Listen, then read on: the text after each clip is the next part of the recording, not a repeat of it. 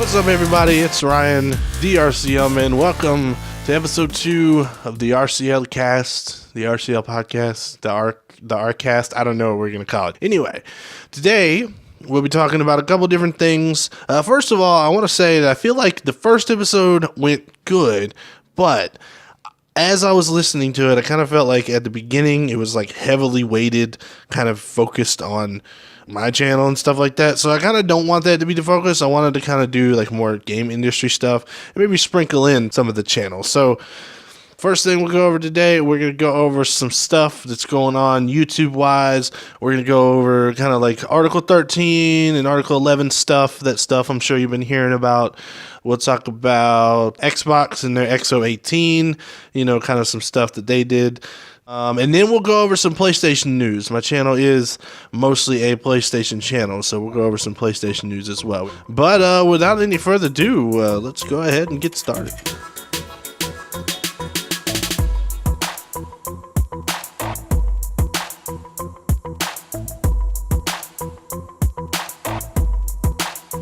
Alright, so the first thing on the agenda today is going to be Article 13 and Article 11. I know you've probably been hearing about this from probably YouTubers, or maybe even you might have seen an article or two or something somewhere. Article 13 is kind of like, so essentially this is supposed to be the European Union's, the EU's, like response to like copyright law, I guess is what you want to call it. And it seems like the main thing it's kind of doing is it's shifting responsibility. So up until these were passed, 13 and 11, which it's called something else, but 13 and 11 are the articles within the law that seem to have the most impact on internet and stuff like that. So that's kind of why they've just kind of gotten 13 and 11 as their names. But essentially what it seems to be doing is saying, well, now the way it's set up is that if somebody puts a video out with, this is a YouTube thing, not a video game thing. Although technically you could put video games under the same umbrella, I guess. If you put out a piece of content on YouTube and you don't own, like it's not original. When I say it's not original, it's not like your video or your audio. It's somebody else's audio, or maybe like memes where you take like a clip of audio or you take like a picture from a movie or something like that. It's not yours. You're using it as it's your content because you've modified it in a way, but it's not fully yours, if you know what I mean.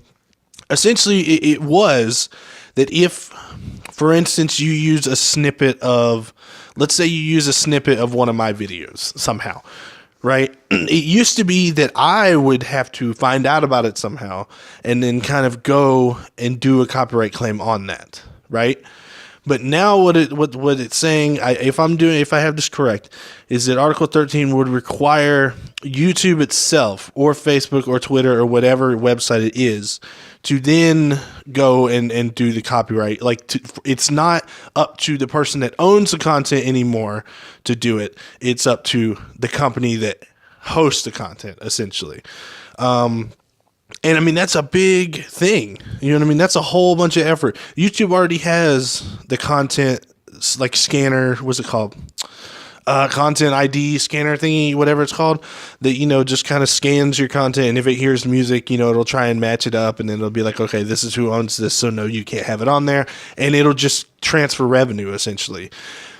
But now what it wants to do is anything, pictures, movies, clips, music, anything. And I think the main thing, from what I was reading on it, the main thing was pretty much music. Music it seems to be the driving force behind this, because it's like music. I mean, there is a whole bunch of music that's being that's being listened to on YouTube. And I mean, I guess a lot of music companies feel like they're not making enough already, so they want to continue to make the copyright laws more robust so they can then make more money. That's what I'm getting from it. That seems to be the main driver. It doesn't even seem to really be like video companies or like, anything like that. It just seems to be mostly music creators. And like, I think it was Paul McCartney and James Blunt are like all in support of it and everything. So it's like, It just seems to really be a musician thing. You know what I mean? But anyway, so there's two parts to this. There's Article 13 that essentially says, again, this is all from me skimming and like trying to get a quick kind of overview to talk to you guys about it. Article 13 seems to be the transferring of who's responsible to enforce it, who's responsible for enforcing the copyright law. And then Article 11, it seems to be, or at least what they're calling it, is a link tax. So if you, for instance, put a link in, I guess, I'm trying to use this as YouTube because this is how I can relate to it. But if you put a link to an article in the bottom of your video for some reason, it's supposed to be taxed. Now, again, I'm not completely, clear on the details. It seems like a lot of it, just based on other things I've seen, is really fuzzy for legal reasons. It's like really fuzzy so that when they do want to enforce it, it'll be like, super convenient that it's not fully defined or whatever. I don't know. It seems kind of fishy to me, but what can you do? It's law, right? Like I said, Article 13 seems to shift who's responsible for this, who's responsible for upholding the law, not the copyright holder, but the company that's hosting the content.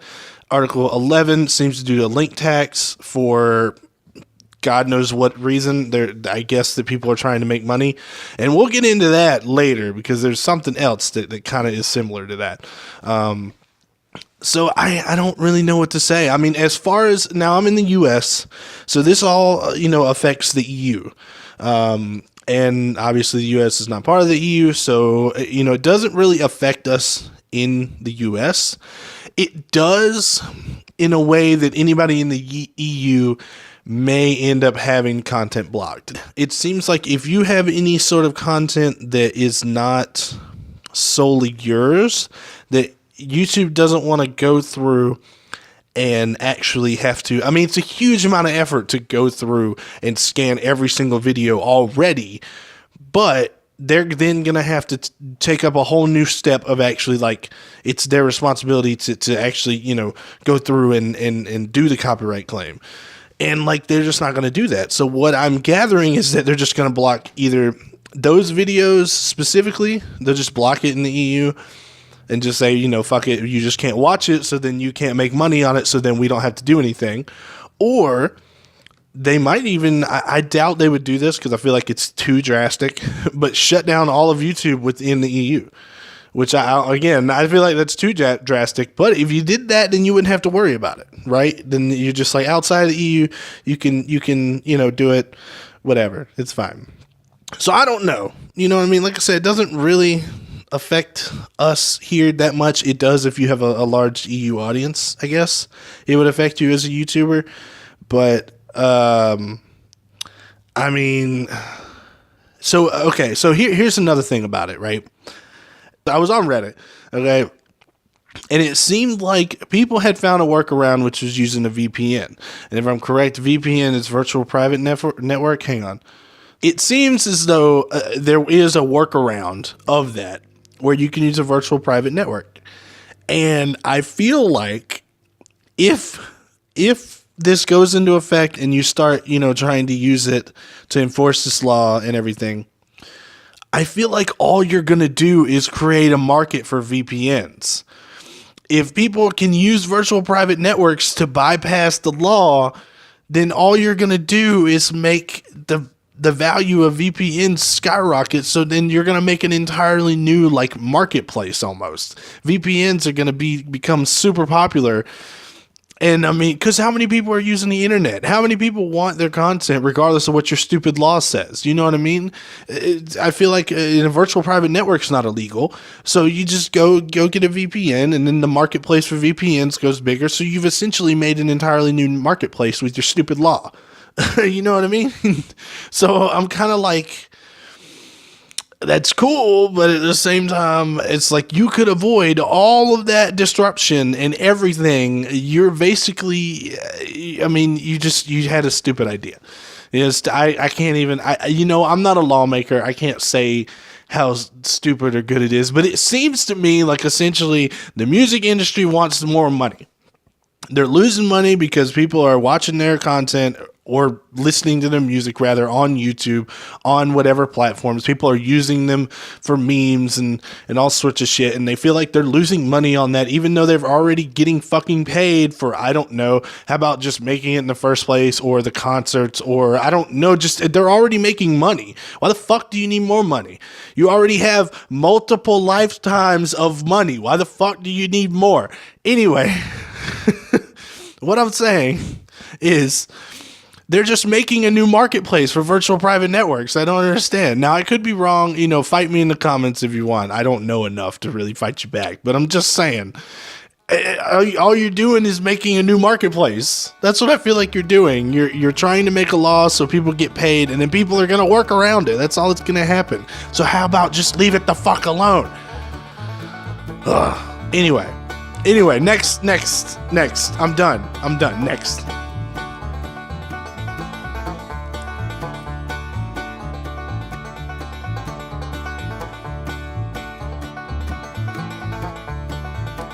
All right, next we move on to Xbox. Had their X018 event. I believe it was last week, or recently.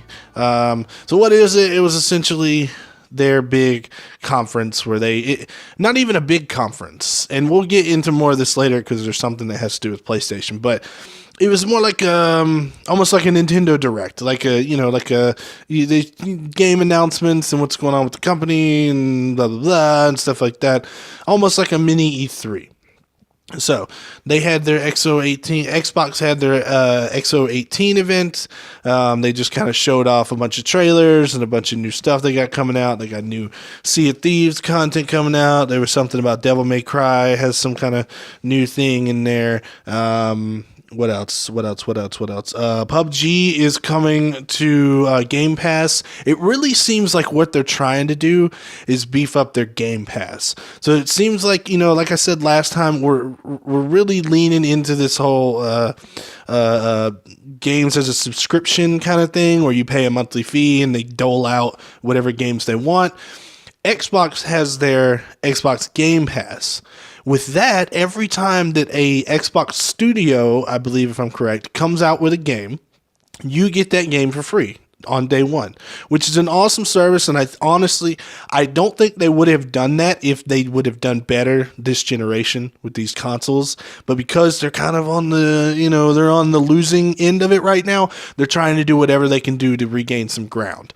So I think that's awesome for consumers. You get their big, awesome, first party you get their awesome first party titles for free, even though it's not for free, it's a monthly subscription, but you know what I'm saying? It feels like it's for free because you don't pay right there. You don't pay $60 for it. You just get it with their service. But like I said, it seems like they're trying to beef up their Game Pass. They acquired 2 studios, and I feel like what they're trying to do is kind of, like I said, they're trying to make it look more appealing. They get these new studios in here. One of them is Obsidian, and Obsidian, I'm big fans of them. Obsidian, they made the Fallout New Vegas, which was a huge hit. Everybody loved it. Wish they would have. There was a project a little while back. There was a project a little while back that was to remake Fallout New Vegas in like the Fallout 4 engine, or like the Fallout 4, aesthetic, or whatever you want to call it. I really wanted that to take off. I don't remember why.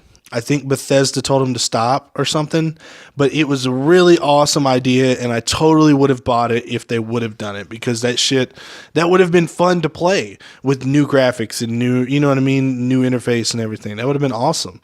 But anyway, I'm getting off subject here. Obsidian, was just acquired by Microsoft, I'm guessing, and then inXile, which I'll be honest, inXile, I don't know anything. That was I don't know inXile. I don't know what games they've made. But I mean, they have to be big enough for Microsoft to want them. So they're adding them in there. They should be working on some new games, which I believe they mentioned as well. new game. You know, I mean, like I said, I think what they're doing is they're adding in all these studios, showing you, hey, whenever we release a title from these people, it will be on our Xbox Game Pass. You know, you go ahead and get it. It's just kind of trying to make their streaming service look better than the other ones. Which, did I say streaming service? Trying to make their subscription service seem better than the other ones. Which, I'll be honest, you know, I enjoy PlayStation. I enjoy their free games and everything, but I mean, you know, you could give us better ones. You know, not to be an ungrateful consumer, but you could give us better ones. You know what I mean? They're not necessarily the best. So I mean, if Xbox makes their Game Pass exceptionally good, you know what I mean, puts all these great games on it, all their first party titles go on that shit for free. Well, not for free. I keep wanting to say it that way, but you know what I mean. All their, you know, great, you know, first party titles go on there. PlayStation's going to have to change their policy. They're going to have to start putting some good stuff on there. You know what I mean? They're not going to be able to just give us, you know, a game that's like 3 years old. You know what I mean? That's like, okay. Or a PS Vita game on PS4 or something. They're going to have to come up with some good stuff. So again, you know, competition is good for the marketplace, right? You always want good competition. That way the consumer wins if there's competition. So hopefully them beefing up their kind of subscription service will in turn make PlayStation beef up theirs. Although, like I said earlier, Microsoft is kind of on the lower end right now. So, you know, I don't think they'll be affecting PlayStation's decisions anytime soon because PlayStation is up on top so much. But we'll have to see what happened with it. And then, yeah, there was just some other things. One other thing that Xbox did. Now, I don't know if this was actually announced or anything on the X018. I don't think it was. But they are talking about coming out with a Xbox One with no disk drive.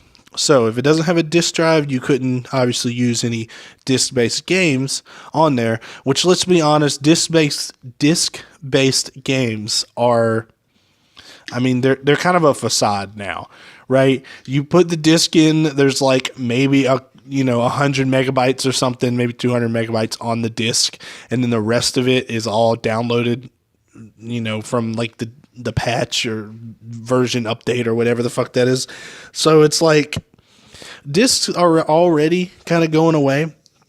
So I mean, they announced was they were going to have a Xbox that does not have a disk drive in it. And if you take the disk drive out, it's going to make it cheaper, and they're going to make it more, they're going to make the Xbox that has no drive cheaper, which then I think opens it up. Again, they're trying to reclaim some of that lost market that they got from PlayStation. So, I mean, they're again, if they have one that's cheaper, you know, everything's going diskless now anyway. So why not? You know what I mean? Have one that doesn't have a disc. It's just an Xbox box, and it's cheaper. I mean, it's a win-win. I feel like, you know what I mean. They get more customers, which have more people in their ecosystem that are going to spend money in their ecosystem. God, I cannot speak today. And you get a cheaper version of Xbox. So, I mean, I think everybody wins in that. They do have a plan in place where you can go if you already have a disc, for instance, and you go get the Xbox without a disc drive, you can go to GameStop or go to wherever and get a code for your game and then just give them your physical game, which hopefully will end up being, you know, a good trade that way. But what this makes me think of, so let's say that we move to a place where there's no discs anymore, right? Is there a way that I could, so there's always these special, you know, you get the special edition, blah, blah, blah. It comes with a figurine, or it comes with a minigun or DLC or whatever. I wonder if that's going to be a way to incentivize people. So for instance, how can I say this? I have multiple things I want to say. The other day, I went into GameStop, and it was crazy to me because when I went into GameStop, over 50% of the store was was not games. I mean, they had their sections, which they always do, the PlayStation section with all the games, on the shelf. They had an Xbox section with all the games on the shelf and blah, blah, blah. But the other half of the store was taken over by like dolls and board games and what else am I looking at here? Like, figurines, like just t-shirt, like just all the other stuff, like physical things that aren't games, if you know what I mean. Just like pops and things like that. I mean, I thought that was very interesting. It was very weird for me to walk into a game store and find that I would say over 50% of the store was stocked with not video games. I mean, I understand why they're doing it. They're doing it because, everything's going digital. So what can you sell if all the games are digital? Well, you can sell the plushies and the little figurines and all that stuff. But the reason I brought that up was because what if they then incentivize you with, hey, come in our store and you get the code for the game and a figure, or the code for the game and a poster, or a wall hanger or something, you know what I mean? Like some kind of physical thing that you do get, but you won't get the game physically, because they already basically do that now, right? Isn't there some games that you get and you legitimately get a case and then inside is a piece of paper with a code on it, and it's like, well, shit, just give me the code and give me an amiibo. Well, whatever you would call an amiibo for Xbox or PlayStation. But you see what I'm saying? So I think that would be an interesting way for this to go. But anyway, yeah, so Xbox has the discless Xbox coming out, I think in 2019 sometime, if that is true. I don't know if it was a rumor or if it was confirmed by somebody. I'm pretty sure it was confirmed by somebody. But yeah, I think I'm done ranting about that. Let's go on to the next thing.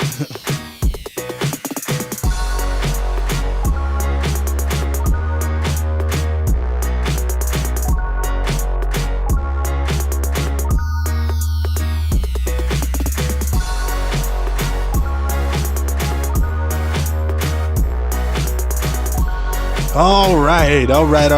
So now we are into the PlayStation heavy section of the podcast. This is where I'll be going exclusive to PlayStation, as my channel says, only on PlayStation. So let's go ahead and do this. The first thing I want to talk about, which I had the wrong reaction to when I first heard it, is there is a tax on streaming services in Chicago, and PlayStation is about to start charging, or has started charging people a tax for streaming and for using streaming services in Chicago.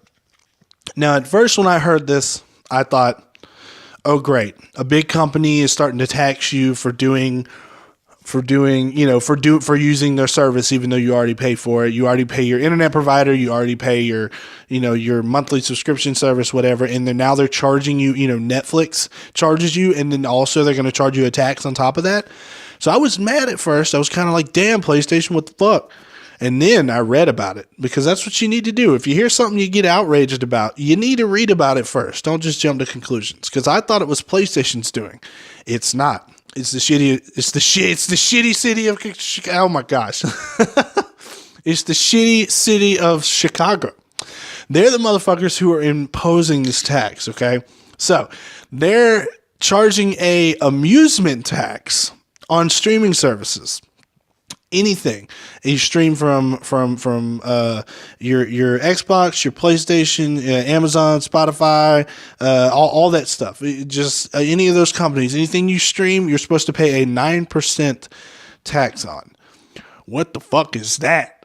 I don't even understand. Like a tax, like, okay. So it seems to me, and from what I'm reading, I again, I'm not an expert. I don't know law and everything, but it seems like this was a law that they put in there originally for amusement parks, for concerts, for things like that, which isn't that big of a deal. You add on a 9% tax to, going to see such and such perform somewhere. That I feel like that's not a big deal, because you're going out, you're doing something, you're already paying to go do this thing, whatever. This is like they're taxing you for sitting at home. You know what I mean? Like, you're sitting at home, you're watching Netflix, we're going to tax you for that. What kind of fucking shit is that, dude? You know what I mean? Like, I just don't understand. I don't understand, like, it from everything I've read, it seems to me legitimately like the city ran out of money. They needed a way to get more money. Amusement tax. It only applied to concerts and shit, but now concerts and shit don't happen as much anymore. Everybody's at home. Well, let's tax them while they're sitting on their ass at home. That's fucking bullshit. What kind of shit is that? You're going to tax people for sitting at home and watching stuff? That's stupid. What the hell? And again, I thought it was PlayStation doing this. It's not. It's the city of Chicago. What the fuck, dude? I wonder if the VPN thing could apply here as well. If you could do a virtual private network and be like, nope, I'm not in Chicago. And then like they can't charge you the tax for it. I wonder if that could work. I just think it's stupid. You know what I mean? It's legitimately just a way to drum up more money for the city. I mean, that's it. And I feel like it's really stupid. And I mean, it's already been happening, I guess. And it doesn't affect me personally, but I don't like it because of nobody's talking about it. I feel like this is not just a one city doing one thing to drum up revenue. I feel like this is a test. Okay. If it works here and nobody raves about it, nobody says anything about it, there's not a big outrage, or if there is a big outrage, it doesn't really matter. I feel like it's just going to start happening everywhere else. Next thing you know, New York's going to get a tax on it. Every time you stream something, you're going to pay an extra tax. The city just gets a little extra money from you from doing it. But where does that stop? You know what I mean? It's going to go to the next city. Next thing you know, the entire U.S. Next thing you know, other places are going to be doing fucking streaming taxes and shit. I don't like that. I don't like that. I want to sit at home and not spend money. I already spent money on my cable provider or internet provider. I already spent money playing the thing. I already spent money on Netflix and Hulu and all that shit. You know, what the fuck? You don't need a piece of the pie too, you asshole. Anyway, I'm just not happy about it. At first, like I said, I thought it was PlayStation's doing. It's not. It's literally the city of Chicago. And I think that's really stupid. And I don't know what else to say about it. I'm outraged about it because I don't want it to come to other places. But I feel like that's the intent. I don't feel like it's really, oh, we need to do this. There's no real reason behind it. When I tried to look up a reason, there wasn't a reason. It was more of just like, we need money, so this is how we're going to get it. And you're not going to do anything about it. And I was just like, that's just bullshit. It's like, okay, so either you're out there in the world spending time and money and gas to go do things that also cost money, or if you sit at home and do shit that doesn't cost money, it's not going to cost money. Anyway, I'm done with that one. Next on the lighter note, PUBG.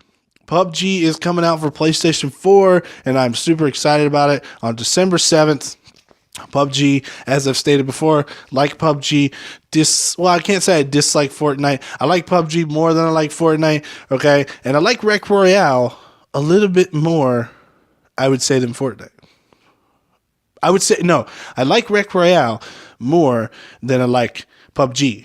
But that's only because I've played Rec Royale. That's the only reason why. But definitely check out PUBG on PS4. It's going to be coming out on December 7th. Play the $30 price point, so not bad. I will definitely be checking that out when I get the money for it. If I get the money for it, we got to see what I'm getting for Christmas. I wouldn't know by that point, but maybe I could ask. Maybe I could be like, hey, what am I getting for Christmas? Am I getting PUBG?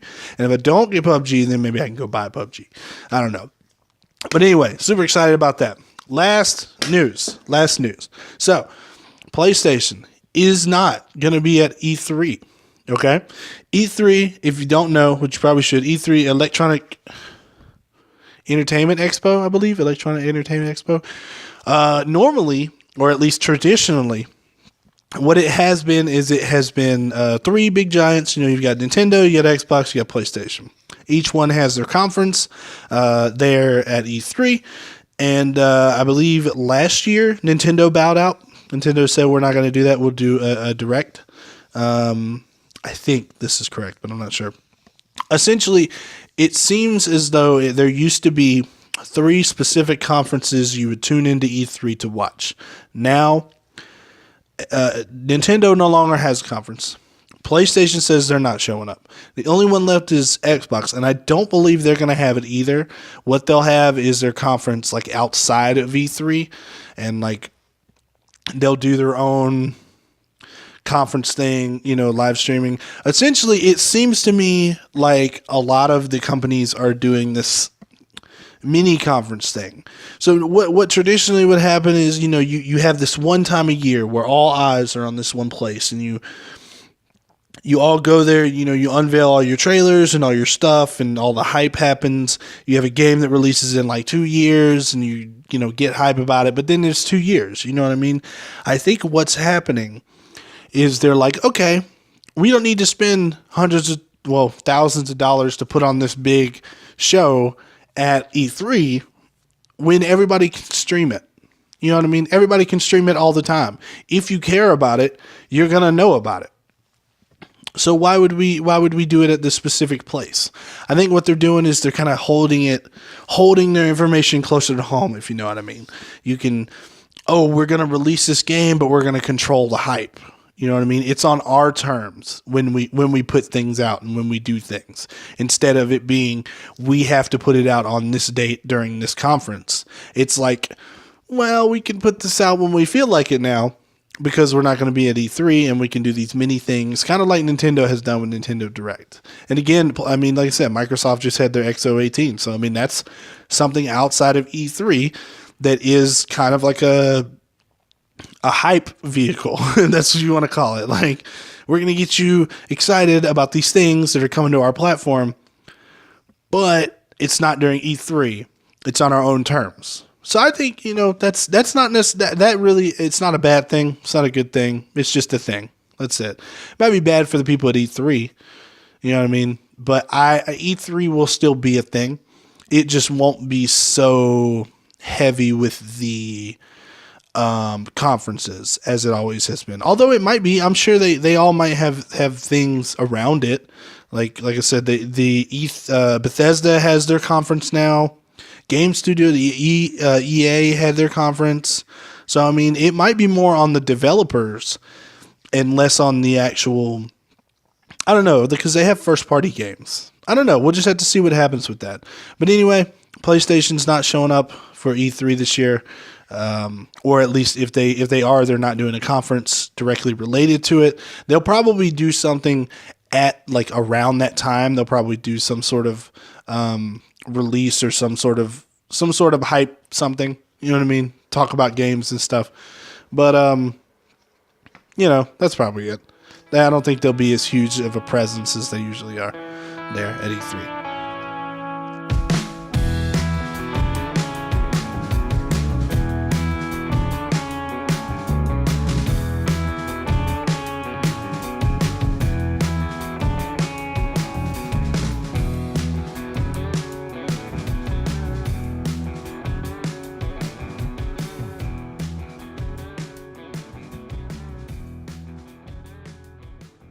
All right, everybody. Well, that's enough ranting and raving by me today on the RCL podcast. Thank you for joining me. If you liked the podcast, like, subscribe, all that good stuff.